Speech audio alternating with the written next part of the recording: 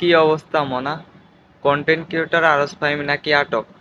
এখন আমার সাদা মনের প্রশ্ন হইলো, সে তো ফেসবুকে বড় বড় কথা কইতো যে সে 5ই আগস্টের সময় ছাত্রদের পক্ষে ছিল, ছাত্রদের সাথে ছিল, কিন্তু এখন তারা আটক কেন করা হয়েছে? এই প্রশ্নটা আমি কারে করবো?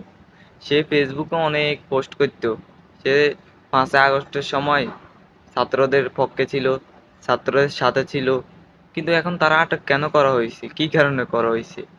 দেখলাম যে তারে 5ই আগস্টের হত্যা মামলার আসামি করে মানে আটক করা হয়েছে, ছাত্রদের উপর নির্যাতন করা হয়েছে, সে নাকি ছাত্রদেরকে গুলি করছে এরকম একটা ইয়েতে তাকে আটক করা হয়েছে। কিন্তু সেদিন ফেসবুকে এত ইয়ে করতো যে সে কে নাকি তারা টাকা দিতে চাইছিল সে ছাত্রদের বিপক্ষে যাওয়ার জন্য, কিন্তু সে তা করে নাই, সে ছাত্রদের পক্ষই আন্দোলন করছে, ছাত্রদের সাথে ছিল, ছাত্রদের পক্ষে ওই আন্দোলনে মানে যোগ দিছে বা আন্দোলনে হয়েছে।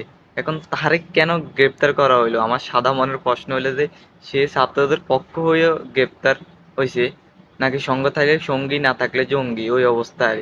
না, সে তো সঙ্গে ছিল, তাহলে সে জঙ্গি হইব কেমনে, কি হইব? 5ই আগস্টের সময় তো সেই ফেসবুকে অনেক পোস্ট তার, অনেক কিছু, অনেক কিছু আছে, ভিডিও টিডিও আছিল, সে নাকি ছাত্রদের পক্ষে আছিল।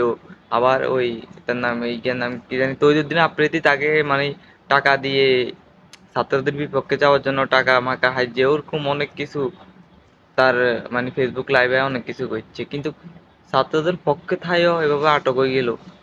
মানে আমার মাথা ধরে না, কেমনি কি মনা? হ্যাঁ, মানে ছাত্রদের পক্ষে থাইও সে এখন ছাত্র হত্যা মামলার আসামি হয়ে আটক। ভাই, কেমনি কি মনা?